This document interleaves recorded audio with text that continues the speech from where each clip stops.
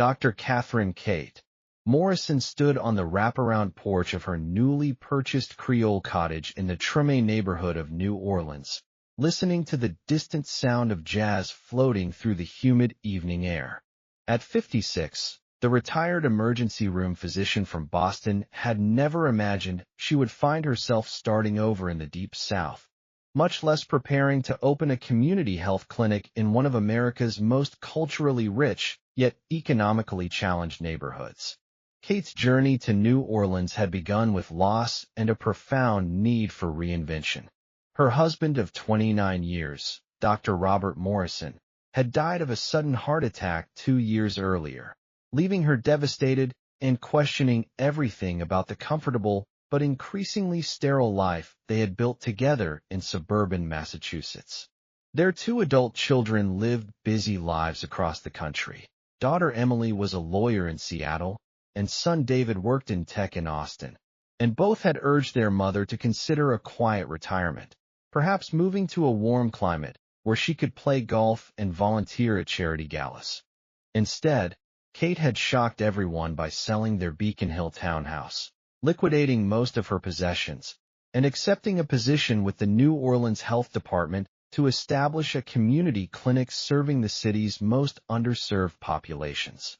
The decision had been driven partly by professional idealism, a desire to return to the hands-on medical work that had originally inspired her career, but mostly by a desperate need to find meaning and purpose in a life that suddenly felt empty and directionless.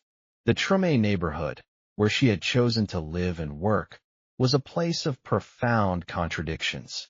Known as the birthplace of jazz and home to a vibrant African-American cultural heritage that dated back to the early 1800s, it was also one of New Orleans' poorest areas, still struggling to recover from the devastation of Hurricane Katrina and decades of economic neglect. The community was tight-knit and proud, but also wary of outsiders, especially white professionals who might not understand or respect the complex social dynamics that shaped daily life. Kate's clinic was housed in a renovated shotgun house on Esplanade Avenue, and her mission was to provide primary health care, preventive services, and health education to residents who often couldn't access or afford traditional medical care. The work was challenging and sometimes frustrating, but it reminded her why she had become a doctor in the first place: to heal people, not just process insurance claims and manage hospital politics. It was during her 3rd month in New Orleans that Kate first encountered Marcus Washington, the man who would transform her understanding of love, cultural identity, and the possibilities for happiness in the later stages of life. The meeting took place during a community health fair she had organized in Armstrong Park, where local residents could receive free blood pressure screenings, vaccinations, and basic medical consultations. Marcus was 34, a social worker and community organizer who had grown up in the Treme and returned after college to work with at-risk youth and advocate for affordable housing. He possessed the kind of quiet charisma that came from genuine commitment to social justice combined with deep roots in the community he served. As the director of the Treme Community Center, he was often the bridge between outside organizations and local residents, helping newcomers understand the cultural protocols and historical sensitivities that shaped neighborhood life. What struck Kate immediately was not just Marcus's obvious competence and intelligence, but his ability to connect with people across all demographic lines. He spoke with equal ease to elderly Creole women, young single mothers, and teenage boys who seemed to respect his authority without fearing it. His presence at the health fair had been essential for encouraging participation from residents who were often skeptical of medical professionals and government programs. Dr. Morrison, Marcus said as they worked together to register participants for services, "I want you to know how much the community appreciates what you're doing here. We've had a lot of outsiders come through with big promises and good intentions, but you seem different. You're actually listening to what people need instead of assuming you know what's best for them." Kate was impressed by his diplomatic skills and his obvious understanding of the complex dynamics surrounding healthcare access in underserved communities. Thank you, Marcus. I'm still learning about this community and trying to figure out how to be most helpful. Your guidance has been invaluable. Over the following weeks, as Kate worked to establish relationships with community leaders and understand the specific health challenges facing Treme residents, she found herself relying increasingly on Marcus's knowledge and connections. He served as both cultural translator and practical advisor, helping her navigate everything from local politics to the unwritten social rules that governed interactions between different generations and social groups. Marcus proved invaluable for understanding not just the medical needs of the community, but the historical and cultural context that shaped how residents viewed healthcare, authority figures, and outside intervention. His knowledge of family networks, community hierarchies, and local traditions was essential for designing programs that would be accepted and utilized by the people they were meant to serve. You have to understand, Marcus explained during one of their planning sessions for a diabetes prevention program. People here have been let down by the system so many times that they're naturally suspicious of new programs, even good ones. Building trust takes time, and it requires showing up consistently and proving that you're here for the long term. As spring turned to summer, and Kate's clinic began to establish itself as a trusted resource for the community, her relationship with Marcus deepened beyond professional collaboration. He began including her in community events, introducing her to local cultural traditions, and gradually helping her understand the rich heritage of music, food, and storytelling that made the Treme unique. Kate found herself fascinated by Marcus's knowledge of New Orleans history and his passionate commitment to preserving African American cultural traditions while addressing contemporary challenges like poverty, violence, and educational inequality. His work with young people was particularly impressive. He had developed programs that used music and arts education to provide alternatives to street life, while also teaching valuable life skills. The turning point in their relationship came during the celebration of Juneteenth, the holiday commemorating the end of slavery in the United States. Marcus had invited Kate to participate in the community celebration, which included traditional foods, live jazz performances, and speakers who connected historical struggles for freedom to contemporary social justice issues. As they sat together listening to a young trumpet player perform in the park where jazz had first emerged over a century earlier, Kate felt a profound sense of connection not just to the music and the moment, but to Marcus himself. The age difference that had initially made her uncomfortable seemed less important than their shared values and their growing emotional intimacy. Kate, Marcus said quietly as the music swirled around them, I need to tell you something that I've been thinking about for weeks. Kate's heart began racing as she sensed the direction this conversation might take. I've developed feelings for you that go way beyond professional respect or friendship, Marcus continued. I know this might seem impossible given our age difference and the fact that we're from completely different worlds, but I couldn't keep pretending that what I feel for you is just collegial appreciation. Kate was stunned by his honesty and courage. Marcus, I'm honored by your feelings, and I have to admit that I've developed strong feelings for you as well. But I'm 56 years old, and you're 34. I'm a white woman from Boston, and you're a black man with deep roots in this community. What kind of relationship could we possibly have that wouldn't create problems for both of us? Marcus's response reflected the thoughtfulness that had made him an effective community leader. Age and race are real factors that we'd have to navigate, but they don't have to be barriers if we approach them with honesty and respect.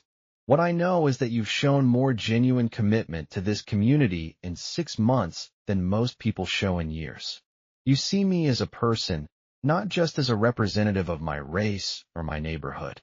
That means everything to me. The conversation that followed was unlike anything in Kate's experience. Marcus explained that he had discussed his feelings with trusted friends and family members who had observed Kate's character and contributions to the community. While some expressed concerns about the age and racial differences, most were supportive of a relationship between two people who clearly cared for each other and were both committed to serving the community. My grandmother told me that love doesn't follow the rules that society creates, Marcus shared. She lived through segregation and the civil rights movement, and she said that what matters is how people treat each other, not what categories they fit into. Kate requested time to consider the implications of a romantic relationship with Marcus, and he graciously agreed to give her space for reflection. Over the following weeks, she found herself examining every assumption she had held about love, race, age, and appropriate life choices for a woman her age. The practical challenges of such a relationship were significant. The age difference meant they were at different life stages with different energy levels and potentially different long-term goals. The racial difference would require navigating complex social dynamics in both the Black community where Marcus was rooted and the predominantly white professional medical community where Kate worked. More importantly, Kate was beginning to understand that she had fallen in love not just with Marcus as an individual, but with his way of approaching life, his deep connection to community and culture, and his vision of combining social justice work with personal fulfillment. After a month of careful consideration and extensive conversations with her children, colleagues, and new friends in the New Orleans community, Kate made her decision. She would pursue a romantic relationship with Marcus, despite the challenges they would face. Their relationship developed gradually and thoughtfully, with both partners conscious of the scrutiny they would face and the importance of establishing their connection on solid ground. They spent months getting to know each other's families, understanding each other's cultural backgrounds, and discussing their hopes and concerns about building a life together. The engagement announcement came 18 months after they had first acknowledged their romantic feelings. The proposal took place during the annual Jazz Heritage Festival, where Marcus had arranged for Kate to be surprised by a performance from one of her favorite local musicians, followed by his proposal on the stage where so much of New Orleans' musical heritage had been celebrated. The wedding planning process revealed both the challenges and the support they would receive from their communities. Some members of Marcus's extended family were initially skeptical about his relationship with an older white woman, while some of Kate's professional colleagues questioned her judgment in marrying someone so much younger from such a different background. However, the overwhelming response from both communities was positive. The residents of Treme had come to see Kate as a genuine ally and advocate who had proven her commitment to their welfare. Marcus's friends and family could see that Kate treated him with respect and love, supporting his work and aspirations rather than trying to change him or pull him away from his roots. The wedding ceremony was a celebration that showcased the best of New Orleans cultural traditions, held in the courtyard of the historic Backstreet Cultural Museum, with participation from both Kate's Boston family and Marcus's extensive New Orleans network. Traditional Christian elements were blended with African American cultural practices and the unique musical heritage that made New Orleans distinctive. Kate found herself learning not just wedding traditions, but the deeper cultural meanings behind each element. The jumping of the broom represented the couple's commitment to sweeping away past problems and starting fresh together. The brass band procession connected their union to the musical traditions that had sustained the community through generations of struggle and celebration. The first year of marriage required significant adjustments for both partners. Kate had to learn to navigate not just a romantic relationship with a much younger man, but also the complex dynamics of being a white woman married to a prominent Black community leader in the Deep South. Marcus had to adjust to being married to someone with significantly more financial resources and professional status, while also helping Kate understand the subtle social protocols that governed their new shared community. Each partner brought different strengths to their relationship. Kate's medical knowledge and financial resources enhanced Marcus's ability to serve the community, while her life experience provided stability and perspective that supported his sometimes intense activism. Marcus introduced Kate to cultural richness and community connections that deepened her understanding of the social determinants of health and the importance of culturally competent care. The most surprising development came when Kate became pregnant at age 58, 2 years after their wedding. Both partners had assumed that children were not a possibility given Kate's age, but modern fertility treatments and Kate's excellent health made it possible for them to conceive. "I can't believe we're going to have a baby," Kate confided to Dr. Angela Williams, her obstetrician and one of the few other Black female physicians in New Orleans. "Pregnancy at your age requires careful monitoring, but you're healthy and strong," Dr. Williams replied. "Your child will benefit from having parents who are both committed to making the world a better place." The pregnancy proceeded more smoothly than anyone had dared hope, with Kate receiving excellent medical care while also learning about traditional African American pregnancy and childbirth practices from Marcus's female relatives. The entire extended community participated in preparing for the baby's arrival, following customs that emphasized collective responsibility for children's welfare. The baby, a healthy boy they named Robert Marcus, honoring both Kate's late husband and Marcus's father, was born during Mardi Gras season. Kate was 59 when she gave birth, making her one of the oldest first-time mothers in Louisiana medical history, but the delivery went smoothly and the baby was completely healthy. Robert's arrival was celebrated throughout the Treme community as a symbol of hope and the possibility for positive change. The child represented both medical professional traditions and community activism, while being firmly rooted in the cultural richness that made New Orleans unique.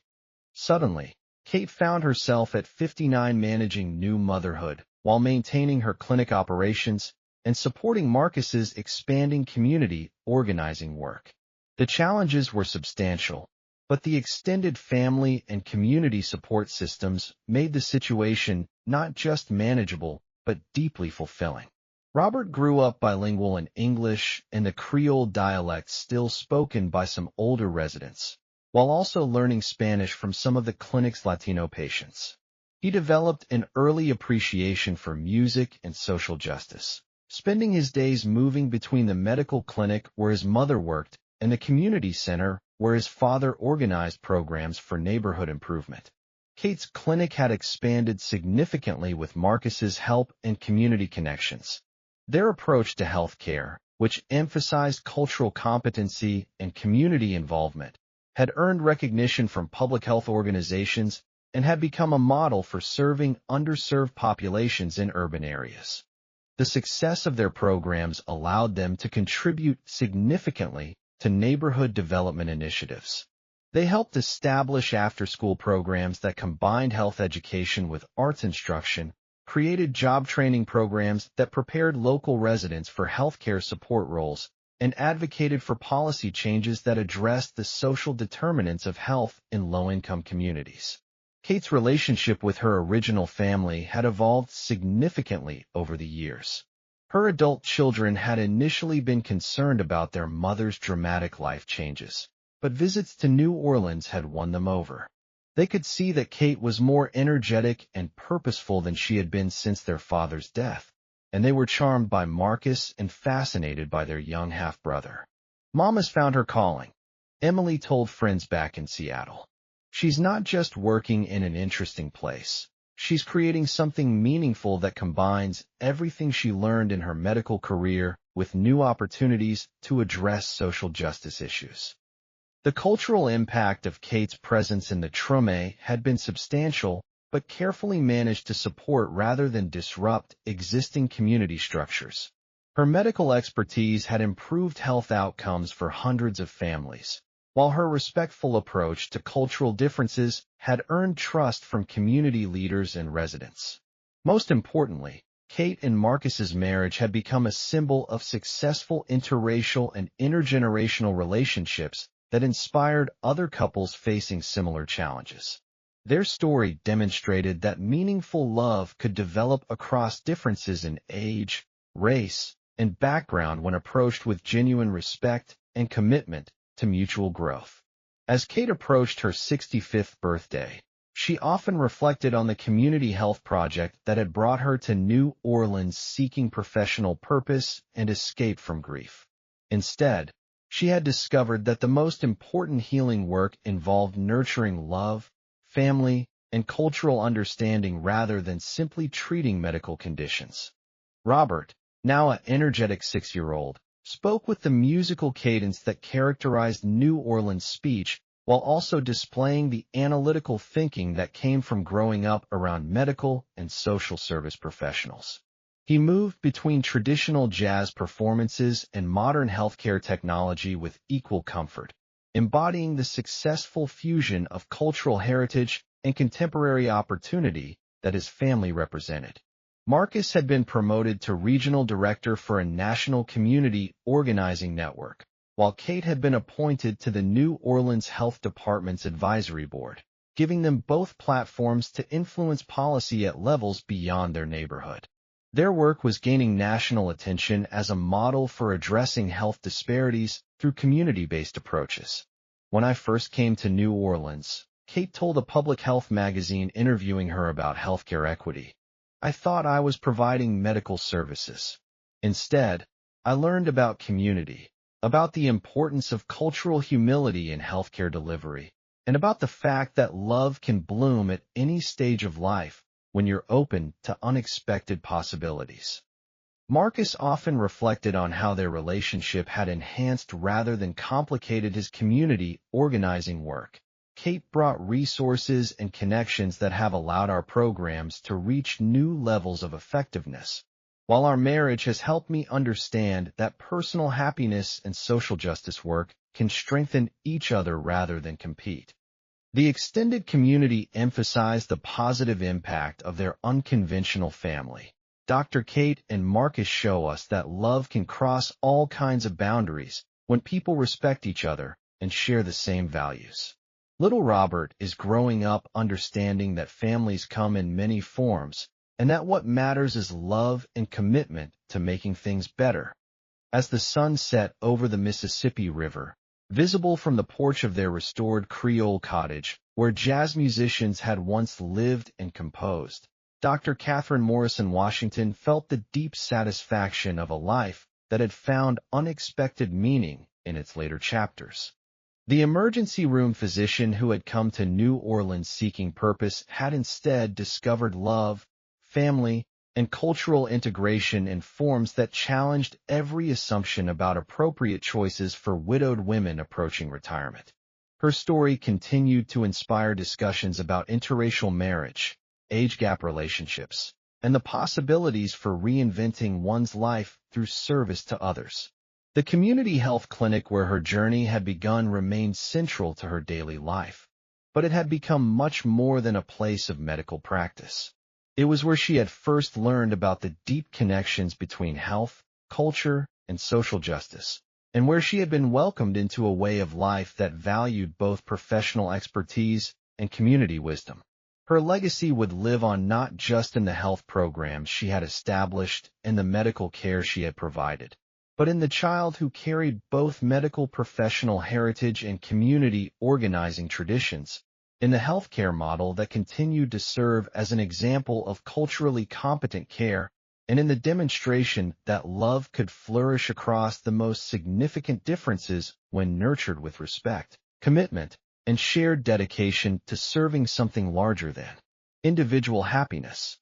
The young man who had first caught her attention with his community leadership and cultural knowledge had become her partner in proving that the human heart was capable of healing as profound as any medical intervention, creating new forms of family and community that honored both professional achievement and cultural authenticity, while building hopefully toward a future where healthcare equity and social justice could thrive together in one of America's most culturally rich cities.